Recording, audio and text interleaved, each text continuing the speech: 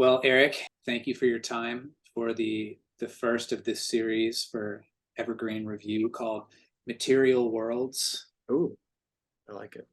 I'm going to Okay. start you with this. I was Googling around, and even though we've known each other for years, hmm I was like, I want to dig around and what's on the internet about this guy? What are people writing? What am I going to come across?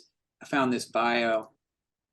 It's nearly impossible putting Erik Winkowski into words. He defies description in a way. He's not one thing. He's not a bunch of things. He's this other thing. Erik's contemporary style pays homage to heritage. He's developed something unique, which introduces some of the most iconic eras of the past into his own original modern day skill set. Now, Erik, this is when I realized that I was not reading about you at all. I was reading about a professional skateboarder named Erik Winkowski, because it goes, Erik skated from Seattle to Tijuana, eats Chef Boyardee ravioli most meals, and will jump on some of the craziest rails, whether there's a camera there or not. A man of silence and incredible stories. We're proud to have Erik on and then it's a skate brand Oh name. my God. And I was You like, had me going there wow. for a second. I was like, this is the best review I've ever gotten in my work. And it's Well, for the skater. No, we've been like, yeah, in a long time, low-key duel on the internet. Like I'm not on in it like on YouTube, and he has so many YouTube hits. And I'd say like probably once a week somebody reaches out, like, hey, I love your skateboarding. I'm like, other guy. I I don't found he's actually not on Instagram anymore. this So incredible rail in yeah, Reno, and I need yeah. you to come grind it. I I'm like, wait a second. know. This Well, can't it cracked me up because yeah. it did seem quite accurate, because I view you very much as a man of many talents and interests, and you probe in so many different directions with your work, from video art to collage work to more traditional animation and stop motion. You've directed, you're working on sound design and stuff for your pieces these days. And I guess my first question for you is, tell me about that. How does that feel for you on a week to week basis, casting your roving eye into so many different Yeah. places? And how long do you maintain one sort of rhythm, or are they all kind of coming in and you just take it as it goes? Yeah, no, that's a good question. I think I like to jump around naturally. And so that just kind of suits me. I feel like I stick around with one thing as long as my interest and curiosity holds. Sometimes it's only a few days. And that's why, like, when I was doing this kind of video sketchbook on Instagram where I was doing a new video Mm-hmm. every day, it was almost the perfect format for me because I was allowed to just follow that day's interest. And often it was totally different from what I had done the day before. And so I almost made it a point to be like, okay, if I did stop motion the day before, I'm going to do something with, I don't know, purely in After Effects. Or if it's like felt really digital, I'm going to do like something really painterly. And like, it was something to riff off of every day and like to try to add as much kind of variety as possible. So that kind of naturally suits me. That's the way I prefer to work. And lately, the thing that I'm introducing into the mix, it's kind of crazy to think that I haven't had a real like professional camera ever. I've shot everything on my iPhone, and just Mm-hmm. last week I bought this like great Fujifilm camera. It's beautiful. It shoots great video, and like Oh, nice. I'm really excited to get that in the mix. Like I was doing a lot of outdoor shooting when I was doing the video sketchbook. I really miss that. And even just yesterday, I went out with the camera. It's just like felt so good to feel the sun and breeze and just like being out of the studio. I love working in the studio, but like you just find new things to when you go outside with a camera, and it Yeah. forces you to be to pay attention and to like make discoveries in your own kind of neighborhood and environment. And so that's something I'm like really excited to get back into with my work. Mm. Um, but it's always like almost kind of whatever I'm doing, it's a type of collage. Like, so I feel like video shooting, taking photography outside is great, but that's not the end of the story. It's always like kind of step one, and like how am I going to use that and like mix it up with paint or like collage and do something else to it. So Okay, I have yeah. successfully pigeonholed you. Erik Winkowski, collage artist. That There works. you go. Makes it easier for me. Well, tell me Yeah. a little bit more about, I like this idea of I have this personal philosophy that, I didn't come up with this, but it suits me quite well. Mm. Sometimes I want to upgrade my equipment Mhm. before I'm ready in a Yeah. sense, but I've found that the best results come when I've pushed at the absolute edge of what I'm using and maybe Mm. even get frustrated because I can't do something that seems quite obvious to me that would be the Yeah. logical next step. Is that sort of what your sensation is with the camera? And Yeah. So like why I didn't upgrade to the camera for the longest yeah, time? why Yeah, stick with the I don't know. iPhone for I mean, so I, long? I suppose maybe I was like slightly intimidated in some way. I also just felt like it's so the beauty of having a phone being your camera is that it truly is always with you. And so if you Mm, get to like learn that as your tool, it's just totally natural to integrate it into like everyday practice. Whereas a camera requires a little bit more preparation, stuff like that. Um, but yeah, I don't know why. I've with music, I've gone the opposite way. I've like bought all this stuff that I truly do not need, and now it's mhm, just like a matter of then you kind of get bogged down and like I need to learn all this stuff now. right. Each piece of equipment takes like a month really to get to know, and so I think there's some wisdom in kind of going slow and like pushing what you have to the max. And honestly, that I'm sure you've experienced this too, leads to some really great kind of creative workarounds where it's like, I Yeah. can't do this like the way that everybody else is doing. So like what kind of clever workaround can I come up with? And like, I Yeah. found that with like the Prelinger archive.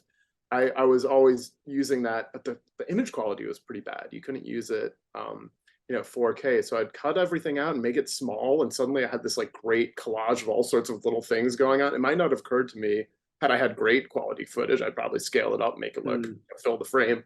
But it can, I think that's the great thing about using different tools is they like can inspire you or kind of lead you in a different direction of working. And for me lately, when I felt like kind of in a slump or just I don't know what to do next, like picking up a new tool that I'm not super comfortable with is the best way to try to kind of get going again because you don't have any expectations. Like this is not going to be good because I don't know what I'm doing, and that lets you have fun again and start to like mess around. And so it's very smart philosophy, and it's kind of amusing to think about you being intimidated by camera I when know, like ISO, I don't know what that is. Like this is not like you could figure out in like a weekend of YouTubing, but well, uh, your work is so fluid and beautiful, and it's clear that you are such a natural camera and have been, for as long as you've identified for an artist, I guess, and maybe even before that, that it's funny to think of that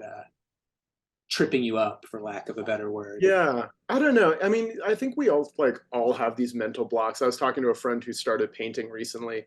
Mm, He just like for years was like, oh, I can't do painting. Like it's this big thing. And then he went out and bought canvases and oil paints and brushes. He's like, oh, I actually can't. It took like a trip to the store is all it took. Like it, but it felt like this kind of hurdle that was like insurmountable. But it's really mm. it's not hard to do this stuff, honestly. Tell me about maybe I'm just projecting, but painting is a good sample here because the lineage is so rich, Yeah. so textured. Yeah. You go to the Met and you see ancient Roman painting and it hurts your soul because Yeah. it's like I can't do this. Yeah. Even I try so hard and I can't do it. But Yeah. there's a kind of flexibility maybe in the world of video art still, Mm. even though the medium has been around for coming on 100 years now, I Mm. guess, with the experimental animators of the 50s and 60s. Mhm. But it still feels like there's a tremendous amount of space in there to mess around and tear things up and put them back together, less rigid. The educational systems are less rigid. Mhm. The systems for displaying and selling this stuff are less rigid too. Do you think that was one of the reasons that you moved into that space, or was it a more just natural Um, sensation? Yeah, I think probably less so. I don't feel like terribly burdened by the history of painting either. Like I don't, almost like don't see my work. Of course, like everything we do is like exists in history, but I'm not trying to compete with the Met. Like there's no way I can. And so like I kind of feel the same with video, and that it really just suited my interests. And I first got started in animation at art school. I took like an intro to animation class where we did everything real traditional And that was an incredible experience where like shooting with kind of like the cameras, like traditional animation cameras and on flat tables, and like I was doing cell animation. I had no idea what I was doing. It was like all really time consuming, all really hard, but I enjoyed it. And then we took an After Effects class, and that for me just like kind of opened everything up too. I was like, this is like, I can do this at home. The first animation class was really exciting, but it didn't seem very practical. Whereas like After Effects, it's like I can take photos, I can take drawings, like and just like start mixing them together. I saw the possibilities right away. And that was really exciting. And for like somebody who had kind of drawn his whole life to then start like put my drawings to music, move them around, it just like it brought everything to life. And I also loved showing people, hey, this is something I did, they could sit down and watch it, even if it was like 15 seconds long. It was a really fun thing to share with other people. And I really enjoyed that. And so I think those were kind of the reasons that I got into it. But for the longest time, for like maybe close to 10 years after that experience in animation, I like went down the After Effects animation route and then kind of like forgot the drawing painting stuff, and saw those as two separate, incompatible parts of my life. And I feel like when things really started kind of coming together for me was when I found a way to bring them together in an interesting way. So for me, like, yeah, one really can't exist without the other. I would never attempt to be like a painter, really, like a fine art painter. For me, they almost feel like incomplete parts in my life. Like they really become whole when you put them together. So, I'm trying to think when I met you. I must have met you roughly at that time when the After Effects interests and the more traditional animation interests were colliding. Because I yeah. remember at that time you were using After Effects, and you still do a lot, to find a kind of uniformity of color across objects at times, and you were using your very particular palette that's kind of like related to celluloid feeling, has vintage Yeah. object Yeah. textures. Oh yeah. Man, and I've been going down a rabbit hole with that stuff lately because I'm getting into like DaVinci Resolve, which I'd never messed with Oh before. yeah, are you Color enjoying grading, it? and realizing, well, so like I've taken 45 minutes of it, the first tutorial, so I'm not very far in, but I've decided it's like going to be my editing tool instead of Premiere. And I just like Premiere never did it for me. I don't know. I never really spent all that much time in it, frankly, but color is like it for me. And coming from somebody who loves painting too, that's like color is the whole thing for me. And being able to, my hope is that I can start using video in a like painterly way with maybe non-literal color too, and like getting really expressive in color. I don't know if anybody's really doing that, but I think DaVinci is going to be able to make me turn trees pink and stuff, things like Yeah, that. absolutely. And so, yeah. Where does your palette come from, do you think? I think I love Matisse. I'm really heavily inspired by him. I feel like there's like dusty pinks and kind of like ochres that probably come pretty much from him. I mean, I'm also in New Orleans, and there are a lot of kind of tropical Caribbean vibes here, and I think that probably definitely has an impact on the work. I don't know. It's all kind of like, I feel like pastel colors that have been left out in the rain and gotten Yeah, some dust on them a little bit, and that's like kind of what, yeah, sure. Or the sun what has I've done. bleached them out a little Yeah, bit or yeah. something. But I do love that it's like very, yeah, pretty desaturated and colorful at the same time is somehow what I'm going for. Yeah, it's a challenging balance, and you Yeah. you absolutely have found that. And I remember the first time that I saw that. I think it was probably shapes on a black space. Mm, And so the shape, each color was really resonating, but they all had transparency of some kind. So mm, when they glided across each other, you would get a whole nother spectrum of color from the intersection. I was like, oh, this yeah. guy's got it. This guy's I got it know. going on. Thank you. And yeah, I don't know that piece in particular, but it sounds like it's like shape and colors, really, the essence of it or the subject of it. And I feel like a lot of people were reaching out to me saying, what animation are you looking at? Like, what's your influence? I'm like, it's all painting. Like, that's really it for me. It's really, I'm looking at painters 90% of the time, and 10% of the time, maybe other animators. But that's, yeah, it's for me, the kind of the dream of going into a museum, standing in front of your favorite painting, and it's starting to move and come to life. That's kind of like what I've been after for a long time, I think. Who are you looking at these days? Man, well, so Matisse as always. Look, I can look at I have a bookshelf above my desk, and it has all of my kind of go-to favorite art. So I'll tell you.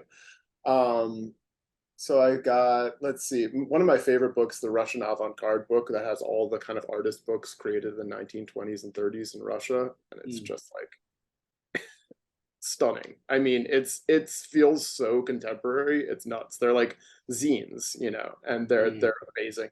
I really like kind of a slew of Nordic artists like Tal R and Joachim Nordstrom. Really love them, Mama Anderson. Like they all have some quality to them, and I don't know what it is. It's like color or shape. I think they all have a real kind of graphic sensibility too, although Right. it's very kind of like rough around the edges, and that really appeals to me. Yeah. Itai was a big one for me in college. Yeah. That the blending of the. Did you ever hear? Apparently, Picasso had a conversation with Matisse, said something to the effect of like, "You're the colorist and I'm the drafts person," Yeah. and delineated them in that way. That's how they've always been, yeah, presented to me. But I think there are other differences too. And like, yeah, I don't know. One thing I love about Matisse, I think his compositions are like, and not to, I feel like there's like, which one, Beatles or Stones? Which are you, Matisse or Picasso? It doesn't have to be that way, but No, absolutely not. you know, like but I'm Team Matisse. Team Matisse over here. Yeah. Yeah. Yeah, but no, just like the way he treats backgrounds, that's something that Picasso, almost everything is more or less centered. It's all about like the most outrageous, amazing kind of visual experiment on the thing, but it's rarely, I don't know, the environments for me are just like so much more rich in Matisse. But yeah, his sense of color. And that's like, it's funny, like colorist was kind of a diss word too, you know? It was like, sure. I think kind of like the Like woman decorative well, or it's something. like, yeah, all like the cool, smart, intellectual guys are doing the like more draftsman stuff. But all of my favorite artists are the colors, like Milton Avery. That's another huge influence. I love his work. And I don't know, it's just like pure music of visual music. I feel, you know, it's I don't know, it just like gets to the heart of what really does it for me in terms of art. Well, talk to me about, you've got New York roots, Yes. but you're in New Orleans now. Yeah. Clearly, as you said, very influenced by your immediate surroundings in New Orleans. Mm-hmm. But what about the art that you can look at down there? Do you miss the MoMA, or do you get up here often enough, or to the No, West Coast? not nearly enough. I do miss it. Yeah, I mean it's incredible. It's you are spoiled in New York, you know, going to these museums and seeing the most iconic pieces of in art history, modern art history, or it's all of art history if you go into the Metropolitan Museum. And you can stand half an inch away from it and inspect every detail. And it's just incredible. It's not, you know, I love looking at art in books. They're probably even my favorite way of looking at art. There's something really intimate about that. And so we have a great library here. The Tulane Art Library is fantastic. And I feel like it's kind of my second home. That's like where I go to stage my own art exhibitions of artists that I'm into. And like, I love delving in, but you don't get the sense of how something is made in the same way that you do with a real object. So that's something that I miss out on. I remember there's a De Chirico piece that I loved and I got to see it at MoMA. And like, he's cross-hatching like crazy. And that didn't come through in the prints. I just like was not aware of that. And so you it's got to really, get your nose right on the canvas. yeah, Sometimes. yeah, it's all about that. But yeah, no, I do miss the museums. I mean, we have NOMA here, and that's a pretty great museum, and some really good pieces and shows come through here. But yeah, I probably get more inspiration from the city itself. We had Mardi Gras last week. Right. That's like a crazy time. It's actually really cool because I feel like, you know, New Orleans doesn't have, I don't know, maybe somebody could correct me. I don't think it has like the strongest art scene here. But there are a lot of, and I don't mean this in like in a bad way. I feel like lowercase a artists, and they're like making incredible work. And maybe they don't even call themselves artists, but they're making like a 10-foot tall like mask that's like articulated, and it's just like the most amazing thing you've ever seen. But they don't feel like, oh, well, you know, I just made this in my backyard and it's not a big deal. But it's like beautiful, and don't need to photograph it perfectly for your website and put it next to your artist CV, right? There you go. Yeah. So I'm really inspired by that, which is like kind of just a casual approach to just feeling like anybody can make something. And I feel like that, and Mardi Gras really shows that, where it's just like the citywide creativity. Because like I had such the wrong impression of New Orleans before I moved down here, which I thought it was just like total like girls gone wild citywide. Yeah, it's like not. It's just like they're really cool, interesting things going on. It's like family friendly in some parts. But yeah, just the level of creativity that almost everybody brings is inspiring. It's like I felt a similar way when I like was training for a marathon in New York and actually got there. And just to like have you were doing this thing all alone for a year, and then you get there and you're surrounded by tens of thousands of other people who have been doing this too. And I get that feeling from Mardi Gras too. It's like you kind of like making art is a pretty solitary endeavor.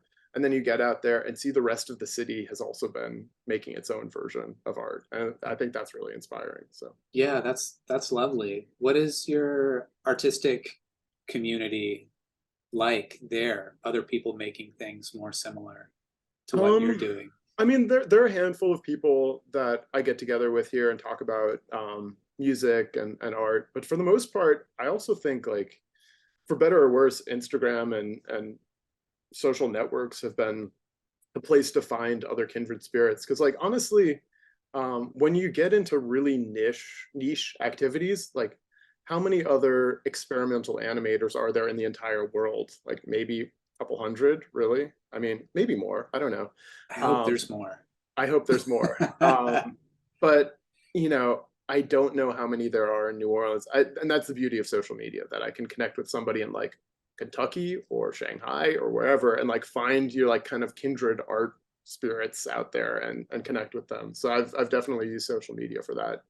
Um, yeah, but that like, you know, artist community stuff is something I would like to work more on, because I do think having a support network of other people who are going through similar things is important. Like I think, you know, and going back to like art being a solitary thing, I think it's good, but also, you know, it's helpful to talk to other people who are like struggling with similar issues. And like for me, you know, the last couple of years have been kind of hard, and like I felt like I was on a really good path with the video sketchbook, and I started getting client work, and then I started to like ease off of personal work and do more client work. Hmm.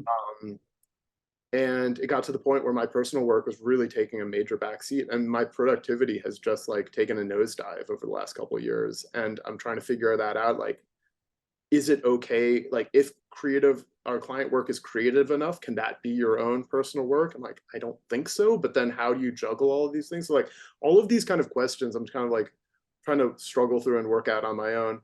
But talking to somebody like you're dealing with similar stuff. Like we all kind of, this is not, you know, the most unique problem in the world. Like it's actually a pretty normal problem. Yeah, that was, I made a note to myself to ask you about this conundrum. And yeah, what are your boundaries like these days with what may be a generative, sweet, personal idea that Yeah, you feel protective of yeah, versus knowing that would be useful for the clients? Because for the listeners here, Erik has an amazing fan base online, but also innumerable clients from Hermes to the New York Times, and all of those folks want a piece of your imagination. yeah. And yeah, tell me about the Yeah. boundary process. So I actually think maybe there are no boundaries, which is I maybe not a typical point of view, but I think what I've been trying to do more lately, which has helped me actually enjoy these projects more, is like, you know, I'm given a client brief. I kind of get the idea of what they want. And then at a certain point, I'm like, okay, it was the New York Times piece a week ago, but now I'm making a short video for myself. You know, like it just becomes my own piece. That's what I'm trying to do. Mm. Um, Depending on the client, that can go, but you know, a couple of different ways. And I've certainly had experiences where, um, you know, they're not happy with it. I'm not happy with it. We keep on working until it gets to like deadline time, and then we kind of put something together. Fortunately, that doesn't happen very often, but I feel like it works out better when I really like take more creative risks, have more fun with it. I feel like those things actually do come across in the final piece. And luckily, I'm at a point where people have seen my work before on Instagram, and so they kind of are coming to me for a certain thing. and that served me well. Before anybody had ever seen my work, it was so much harder when you're trying to figure out what the client wants, and they're like, to them, you're just another person who can use a computer, and so they don't want your vision. They want you to execute their vision. And so that's a harder place to be in. But I've had a few clients recently say, I come do a bunch of work and I try to like really picture what it is they have in their mind, and they see it and like, this doesn't look like your work. And it's like such a privileged position to be in, to like be okay, like I'm actually going to make my own piece for them. So I really don't think anything would be off limits. I mean, there might be certain things that I'm experimenting with and don't feel they're like fully ready for prime time, so to speak. But for the most part, and then like maybe very personal stuff, like I don't love showing my face or having my voice in the pieces, although that might be changing too with the camera.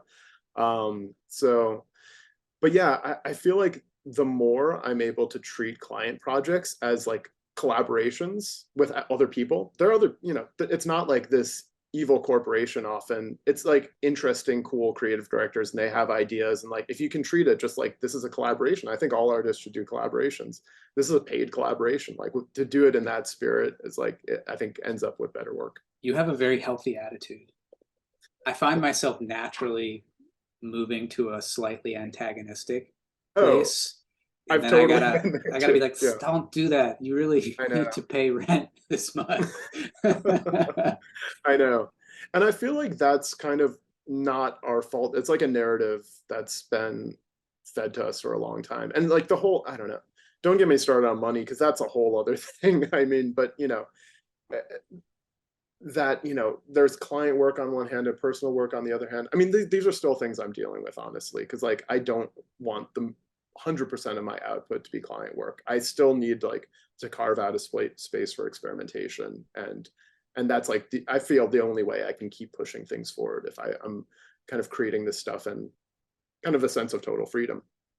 Okay, But say yeah, the next year you're yeah, on sabbatical from yeah, client work. yeah, What kind of thing do you think you'd be interested in diving into? Like what's at the guts yeah. of what's in the wings for you? So, I'm like I said with kind of the video sketchbook, I'm attracted to a pretty like open-ended approach to making work. But the thing I'm really excited about right now is trying to kind of the same way that I approached the video sketchbook. It was like 2 to 10 second short one-off pieces.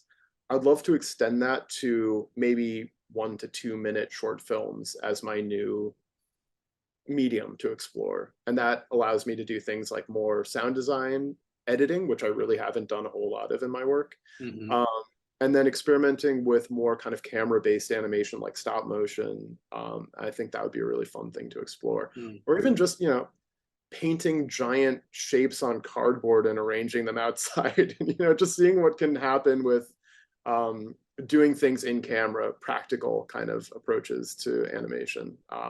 So I think that would be really fun. And as you mentioned earlier, I'm also getting into music and sound design a lot more, which is something that, again, that was actually another like intimidation thing. And also when I was doing the video sketchbook, I really wanted to do sound for all of the things, but I was working a full-time job. And even just like putting out an animation every day seemed like this crazy feat. And so I just didn't have the time to do it. But now for me, that's like something I'd really love to explore more, because I just feel, and everyone says it, that sound and audio, it's more important than visuals in terms of like getting an emotion across the audience. And I think that's to ignore, you ignore sound at your own peril as a filmmaker. So Are you finding that the process is a little more fluid and back and forth between sound and yeah, visual yeah. stuff? I haven't like come up with a great way of doing it yet, but pretty much for the last year, I've been doing a piece of music or sound design every day for almost a year. I think maybe like a few weeks on and off. And I haven't shared any of it. And it was just a place for me to like experiment again. If I had a way of sharing with other people, I might, but it's just been kind of this like almost like a sketchbook for sound. And that's been really fun. And my hope is to like, now I have this archive of stuff, I feel a little bit more comfortable with it. Now I can start integrating it with animation, which I've done a little bit of already.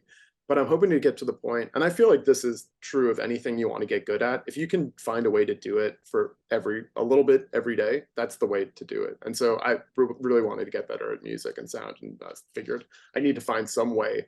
It can't take more than an hour. Ideally, it should take less than half an hour, and I need to figure out a way to do this every day and get comfortable with it. And so that's what I've been doing. And yeah, so I haven't really tried it out yet, but my hope is that I think I can start doing a little bit more back and forth of like, I've created an animated sequence. Now I can like come up, like, how does this sound? And then go out and find that kind of sound. But just as like collage is very much a part of my visual process, I'm thinking it's really going to be a really big part of the editing process as well. So that'll like, collage will play a role in terms of the structure of these short films as well. What's your headspace when you're writing music these days? Is it a similar headspace to when you're animating or shooting things, or is it totally different? It's pretty different. I love it. I mean, you make music, right? I do. I find that I can zone out more easily making music than I can making art these days. I think, yeah, for me, because again, it's like a place with no expectations. Nobody thinks that I'm good at music because I'm not really. And it's just like, it's a fun place. So it's like, it's almost just a very, yeah, I zone out. It's emotional too. Like I feel like as crazy as it sounds, like I can move myself with some of the things that I'm making, which like I never Bach feel over here. I know. And it's like I don't know. There's just like there's some quality that feels even more, I don't know, physical to me about making music. Or you know, I love also the physicality of painting, which is like why I've never just given up those kind of traditional materials altogether. Every time I revisit it and I just take a brush, dip it in black ink, and move it over the page, like this has got to be one of the best things in the world to do. It's just such a great feeling. Yeah. And yeah, I feel that with music as well. I guess you're talking about something quite elemental, right? Yeah. There's Yeah. whistling a singular note. It exists in the air, or Yeah. the brush loaded up with pigment or ink. As soon as it's pressed on something, you know, the charge happens, the activation. Yeah. Sometimes the construction of video work or animated work, it gets that same feeling eventually, but it's so constructive to arrive there. It's like 2 weeks rarely in is the making immediate. versus 2 seconds playing on a keyboard or something like that. But yeah, you're right. And I think another really interesting thing about music is that, like I was saying, it's physical. And of course, it is actually physical. There's like, you're being, the air is moving and it's touching your body. And it's like, it's a very different experience. So yeah, I think that, you know, to have those together, it's like, what a joy. It's great. I love being able to do that. And I'm glad that I finally, you know, after, I don't know, 10 years of thinking about it, I'm finally doing it. So that's great. It may take 10 more years before I'm actually like seeing things, but yeah, I'm willing to wait that long. I find that the skills and approaches learned in one media can really translate across if we're keeping things as open and we're staying excited and not closing things down. Yeah. So I think that your music and sound design choices have probably a lot more sophistication than you're giving yourself credit for, because you're using the same vocabulary.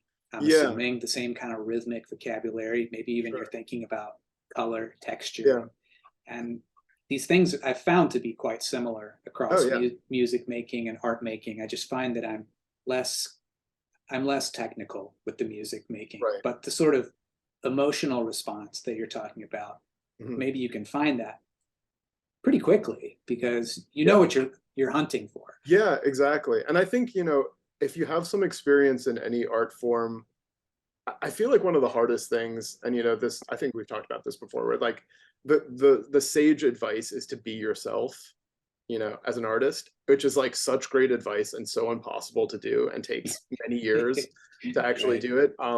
But I feel like once you get some experience under your belt of actually being able to do that a little bit in art, you can translate that over to other things. So I feel with sound too, you know, you're watching tutorials and you see people like, this is the only way to do an 808 bass sound. And it's like, wait a second, no, I don't believe in that kind of approach to making rigidity. Exactly. The death of art making. So, and I find that with every new tool I pick up. I was trying to learn 3D and all of these things. It's like, there are people out there who are so dogmatic and they say this is the only way it can be done. And of course, it's like when people start doing it another way, that's when it gets really exciting. And so that's, yeah, I feel like I'm taking those kind of learnings from art, you know, visual art over to music. Hmm. Well, talk to me a little bit about imagery. When we first met, you were using a lot of playful, almost coming of age imagery, maybe. There were ships, Mm, mermaids, yeah, traveling imagery, monsters. yeah, And now I see the linkage between the imagery that you're working with now to yeah, those things. There's a lot of longing or yearning, yeah. maybe.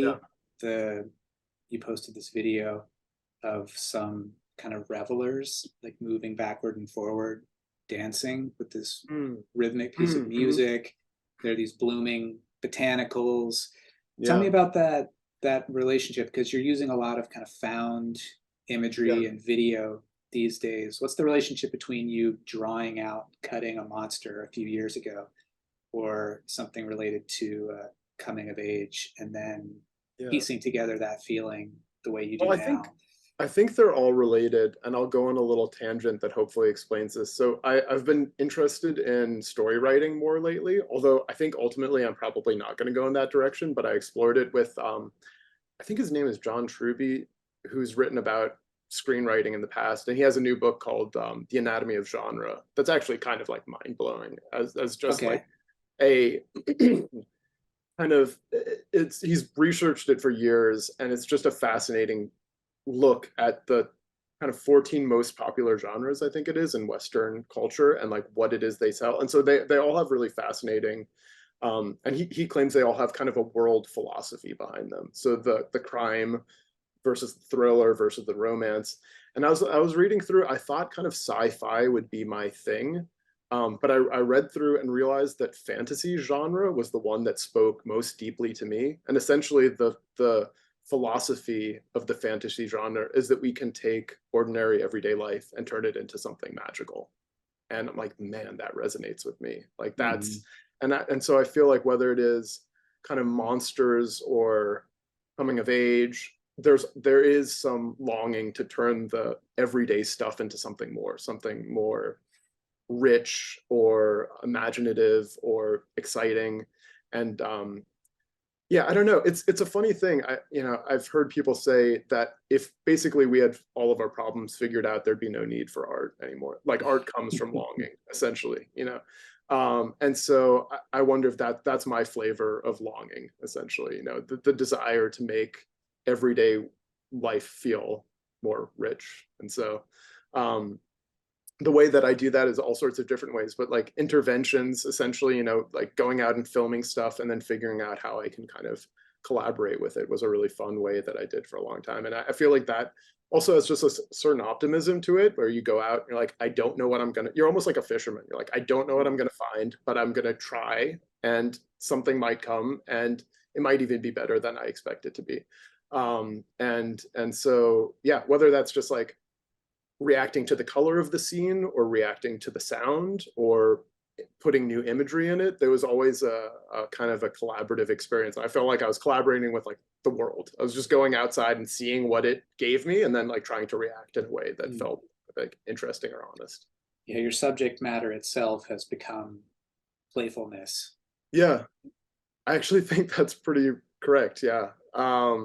Like playfulness and experimentation. I don't necessarily feel comfortable in a situation where like I have to come up with a main character and what's their motivation. And like it's just I start feeling like, oh, this doesn't feel right, you know. We're back to I the feel rigidity and the yeah. dangers of And that. yeah, exactly. And I feel like that's another skill, like going back to like authenticity in music and visual arts. It's just, I think you do this for long enough, you start to feel like this thing is right for me or this thing isn't right for me. And I think that's like a skill that you have to work on, but like getting back to be yourself kind of thing. It's like there are certain things that you might be able to do really well, but just don't feel right. And for me, you know, making art, I think for a lot of people starts out from a place of joy and like it's fun and it's like you get some power in your life as a little kid to like create this other world and like Mm-hmm. all these reasons for making art.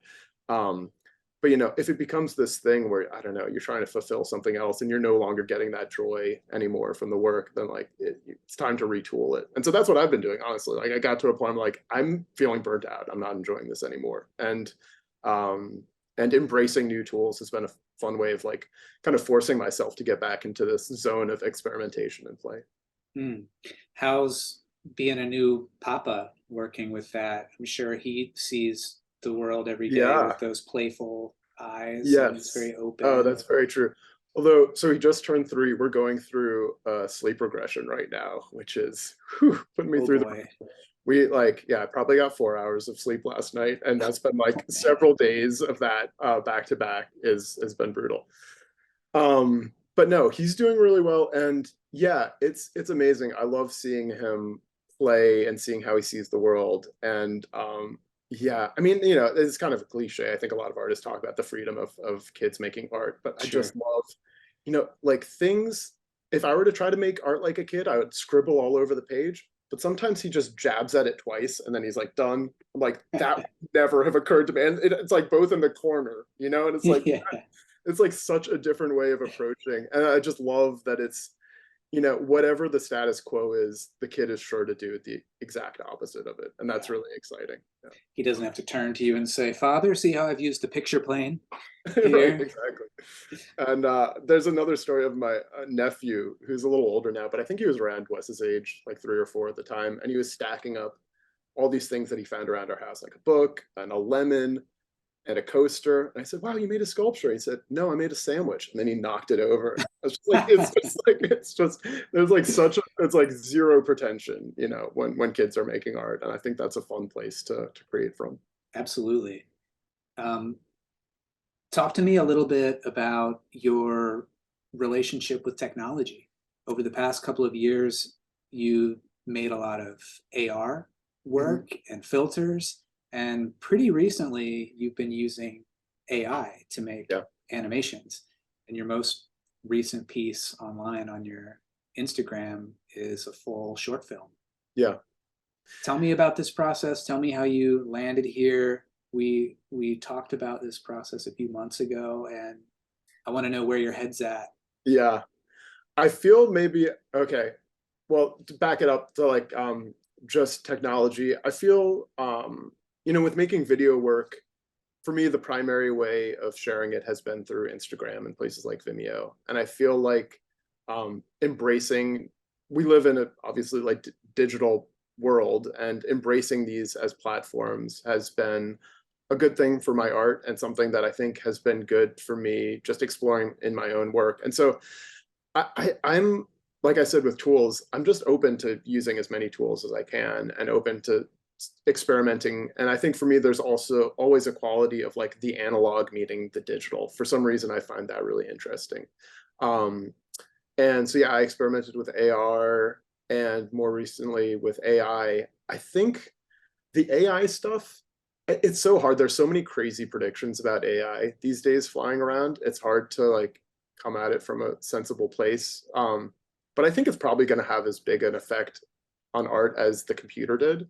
That said, there are people who are completely unaffected by the computer in their creative practice, more or less. Mm, You know, maybe besides contacting people, but for the most part, their art exists outside. And I think similar to the computer, I remember reading recently some of the first kind of reviews of Toy Story or Pixar, and people saying like, "What a shame, you know, humans used to make movies, and now computers are making movies." And you know, that's also not the truth, obviously. Like these are such heartfelt stories coming from like deeply felt from humans, and like so much love and craft going into them.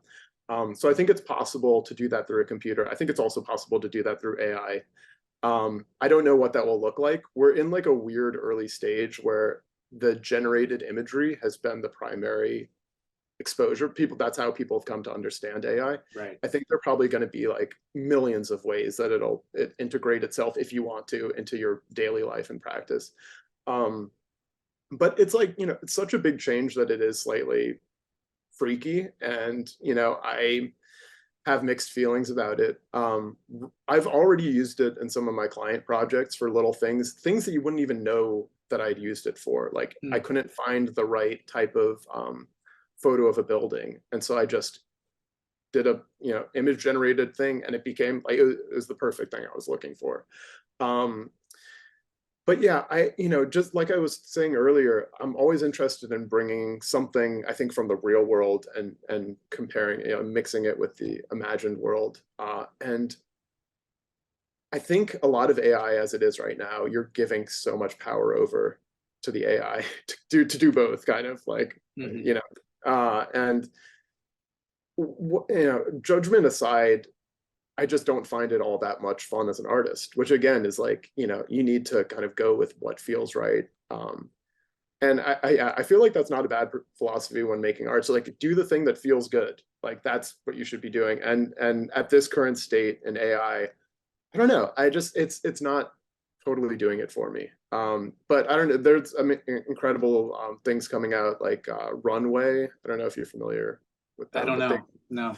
No. um they're this like Is that the video. upresing No, so software? that's, well, I think they do some of that. Topaz does that as well. That's what I was thinking of. Runway, they seem to be coming out every 2 weeks with some new piece of software, from like removing backgrounds really easily from videos and all these other things. But they have their own video generation coming out right now, AI video generation, where you can basically upload a video and then do a style transfer, so to speak. And so, yeah, I've seen people basically upload the Simpsons intro and make it into a cubist sculpture piece. And it's just like, it's totally glitchy in an amazing way. I mean, it's visually incredible.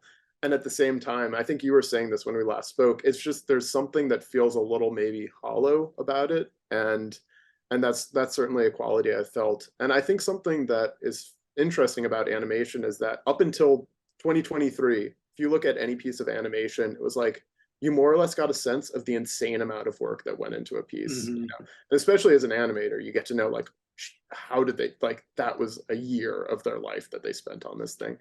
But now I don't know. It's not, I've done a couple pieces that are on my Instagram that truly would have taken me a full year of painting to do. And I don't think I ever would have been able to pull it off. And to be able to do that in 10 minutes makes you question the value of it. And I do, yeah, I think there's something about getting something too easy that makes it not be valuable anymore. But again, for me, like the things that I'm excited about is the exploration process, the discovery, going out into the world, experimenting with tools and mediums. I actually believe that it's possible to do that through AI. I think I did a fair amount of experimentation, and there was all sorts of wonderful, happy accidents. But it's probably, going to be a tool within my tool set and not be the whole thing if I do use it. How do you feel? The last time we spoke, you just released Leaving Home, your Yeah, AI, yeah. your short film that you used, drawings and cutouts, I'm assuming, and then AI. Yeah. Yeah. I started, so it's like, talking about the limitations of tools. When I made that a couple weeks ago or months ago, this is like the speed that AI is going, where it's like 3 weeks ago, we were very limited by Yeah, AI, right. but now we're like, but I was using Stable Diffusion, and one of the ways you could animate with Stable Diffusion was to kind of start with an initial image and then tell it the things that are in the scene so it can kind of riff off of that and give it a style. And so I was using like minimalist abstract shape in woodcut as, kind of a Mm, prompt. right, it's kind of So that line up. prevented it from getting too like crazy in terms of, if you didn't give the minimalist abstract blah, blah, blah, it could start getting to like really kind of tiny pixelated craziness. And I wanted to keep the shapes pretty big.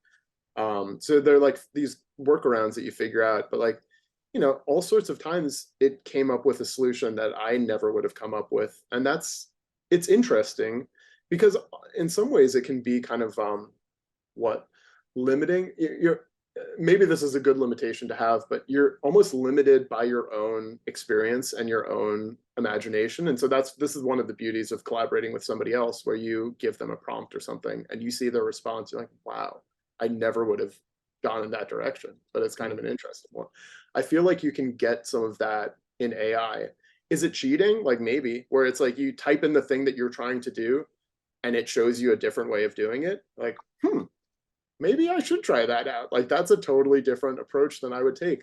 But then I don't know, you wonder how much of this is yourself, how much of this is, which is another crazy part of AI, is just like, what are the data sets that it's pulling from? And yeah, it becomes this like weird way of being able to create collages from pulling from the history of visual, expression.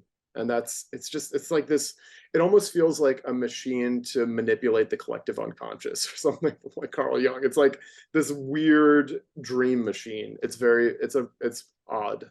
Yeah. Well, what's your level of satisfaction with the piece, with Leaving Home in particular now versus when I spoke to you when it came out? You were pretty excited and on a little bit of a natural high from releasing something that you were excited about. Yeah, I think so. As I mentioned when we talked about it last, I did it in 2 days. It was a minute-long piece that I did in 2 days. The last minute-long piece, which is staggering when we think about the type of animation that you and I both make. Scary Prairie took me at least 6 months, I think longer. And so it was thrilling to be able to create something so quickly. But I do feel, we were saying, Scary Prairie, it took because it takes so long, all sorts of like weird ideas make their way into the piece. And I don't think that Leaving Home piece had it. And I think the funny thing in a way was it was just really an experiment. I was just thinking, can I do this? And I kept rolling with it instead of doing 1 or 2 scenes. I'm like, oh, maybe I could do 8 scenes, or, maybe you could stretch out to fill this whole thing. But once you're left with a short film, it almost feels like, oh, well, this is a statement now. This is no longer a one-off piece. So it was like really meant as an experiment that kind of turned into this thing that now feels like it needs to be more like weighty, when it never really was weighty to begin with. It feels kind of large and enclosed in a way. Yeah. So it's funny. I mean, that's one of the things that this technology allows for, which is it's like you can now make like a 5-minute animation at the drop of a hat. Like you can just press go on, one Stable Diffusion render engine and just like have it keep going overnight, and you'll wake up to 5 minutes of like the most mind-bending hallucinogenic, kind of video you can imagine.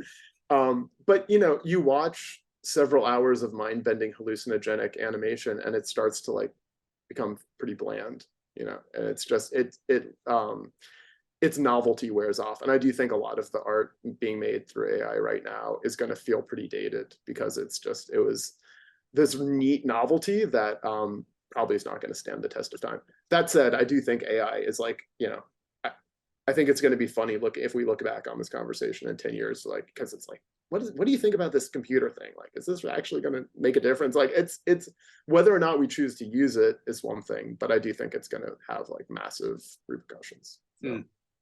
Yeah, and I think you hit on something I've been thinking about too, which is the kind of gestational process that happens over time. With a project like Scary Prairie, which you brought up, of I guess I picture it almost as like you're looping back and then moving forward, back and moving forward, or threading, wood joinery, whatever imagery that you need to use, but it's a stitching over time that allows for new ideas to populate, also new ideas to be abandoned, rejected. It was like the least effective or efficient way of filmmaking possible, and yet it was like so much so fun. Beautiful. And it thank you. And it just led to such kind of, as you said, just strange results that I could have only achieved by spending that level of time and like thinking how certain things related back to other things. And so I don't think that 2-day filmmaking, I mean, I don't know, maybe somebody can prove me wrong, but I do think there's a quality to spending a lot of time with something and experimenting and playing around. I cut so many animated scenes from that piece. It's just like such a shame. That's the beauty of having a shot list. But again, each process leads to its own results, and that was one that I could have never achieved had I gone a more linear route of planning everything out. By the way, pretty. what are your thoughts about YouTube? Do you have your work on YouTube? I had put some stuff on there a long time ago when I was making more soccer stuff, Hmm. and it would occasionally just randomly get a decent amount of views. Yeah, But haven't put any effort into it. yeah. I don't. I I'm still just, stick with Vimeo. I don't really know yeah. why. I think Vimeo to me is just like a classier place too. It's, That's yeah, that's all I'm at these days because it yeah. seems like YouTube quality is the same now. Well, I don't know. But I was hearing people say like the compression is worse on YouTube. I don't know. is it? I don't know if that's the case. I see some of these like, yeah, video tutorial stuff and DaVinci stuff, and they have it at, I don't know, 4K, maybe 6K. It was freaking amazing on my screen. So Yeah, I yeah, agree. I don't. Yeah, I'm not sure. I stick with Vimeo because I'm used to it and I kind of like it. And YouTube does seem kind of garbagey yeah, to me, and yeah, it doesn't seem like a space to view art, really. yeah. No, you're right. It's like, yeah, next to, I don't know, kitchen hacks and stuff, whatever. But that's what I said about Instagram, and I think I don't know. I have mixed feelings about that because part of me feels like there should be more art in places where people aren't looking for it. I Um, agree. And all yeah. of this judgment is stupid because Vimeo now is largely a place for high-end, glossy advertising work Mm, as well. yeah. Like half Yeah. the staff picks these days are advertisements Wow. that people have made for their snowboard company or whatever. They're all Yeah. great and they have Yeah. these cool narratives and beautiful Right. cinematography, but they are not modes of personal expression Mm, really anymore. yeah. And it felt like it used to be kind of independent filmmakers working out a very particular personal idea.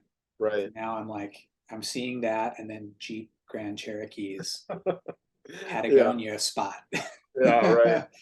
Yeah. I'm just trying to figure out what the best format or like platform for 1 to 5 minute videos are. And I don't know what it is, but I think Instagram supports it now, but I just don't think people are in a state of mind on Instagram to want to watch a 5 minute video. Yeah, I don't Um, think so. yeah. I've no, I've put a few things on TikTok lately just to Oh, see if really? I can get something going here. Yeah. And it says the views are pretty high, like much higher than Instagram. Yeah. So maybe it'd be a good place to migrate over. But I've also noticed that the attention span thing is like even less. And Yeah. there's this theme in videos there to like roll over your words to like, don't let anyone escape because you're gonna get all the information. Da, da, Oh da, da. my I'm like, God. it's sort of anxiety inducing to me. I'm like, this is the opposite of what I'm trying to do with my work. Yeah. Maybe I just don't exist in the Yeah. contemporary That's kind of space. what I'm thinking. Like I'm actually fine to start over somewhere. Like I'm not even sure I want to like bring people from Instagram. I just want a place where I can kind of quietly archive the work that I'm making and have it there for people to see. But I kind of like this is one of the problems of Instagram is like, not being paid attention to is one problem.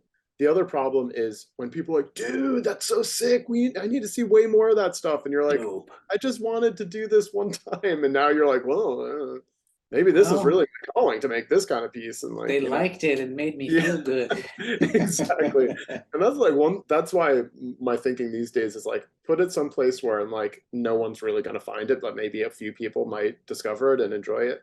Or do it for 6 months and then start releasing it like at that point. So it's like people are So going to be you're reacting to something I did five uninfluenceable. months ago. Exactly. Yeah, And I'm like, whatever, I'm already on to the next thing. Wait until you get 6 months ahead and then you're really gonna, yeah.